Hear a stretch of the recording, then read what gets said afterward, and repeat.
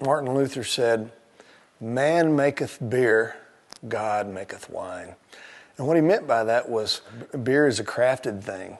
You take certain ingredients and you have to cook them and do things to them, and you end up with beer, at the end. Where wine, without all the modern technologies and everything, you can still make wine. You've got a grape that has yeast stuck to it, and when you crush it, the yeast consumes the sugar, makes alcohol, and all the components are there.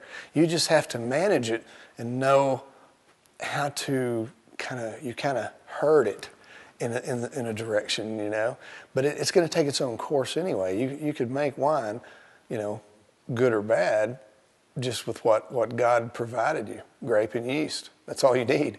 I look at the finished product as a still living entity, because the chemistry is still evolving. I was raised in the Texas Panhandle, and I can't imagine myself living anywhere else. And as luck would have it, we're growing fabulous grapes in the Texas Panhandle to make wine out of.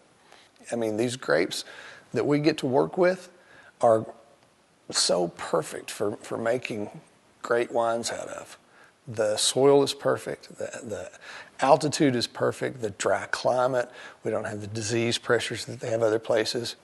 And I think one of the things I really like is that seeing people there's a lot of people here that have never been to a winery, but they can come out here and, we're a full production facility. You get to see a winery that is making wine start to finish from grape to glass right here in this location.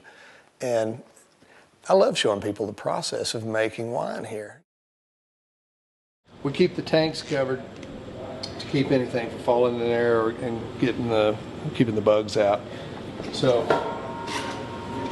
what you'll notice is this is hard, and the CO2 bubbles that are being produced down in the solution are pushing this up, and it keeps pushing it up until it's completely out of any fluid. You'd have to dig down to get to the fluid down in here.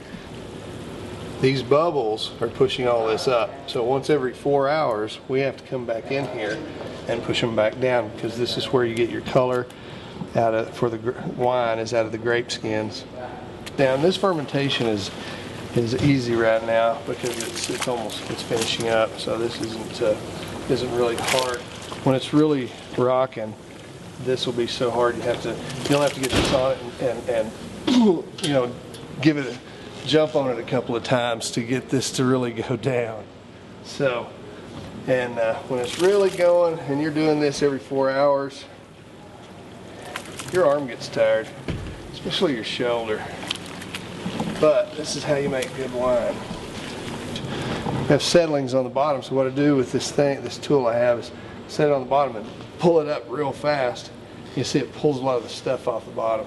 We don't want it settling because it's hard for the yeast to get it if it settles down there. We want that yeast to stay in every part of it. Plus, if any yeast that's settled with it, it's going to run out of food and run out of any oxygen and stuff down there pretty quickly. So,